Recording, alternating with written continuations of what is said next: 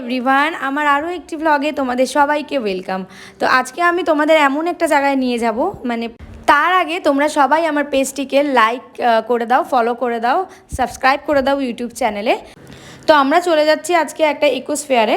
তো তোমাদেরকে আমি সবটাই ঘুরে দেখাবো। আর এই যে দেখতে পাচ্ছ দূর থেকে দেখা যাচ্ছে, তো ওর কাছ থেকে শুনে নিই এখানে কি হয়।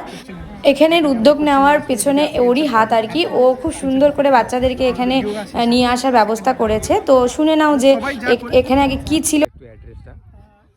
এই জায়গাটা হচ্ছে আমাদের কালচিনি ব্লকের যে জিপি অফিস রয়েছে, অঞ্চল অফিস, তার অপোজিট সাইডে আছে একটা বিশাল বড় মাঠ। এখানে ইউরোপিয়ান মাঠ বলে পরিচিত এই মাঠটি।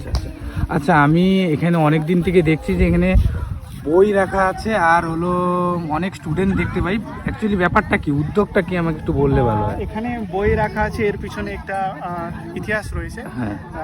বিশেষ করে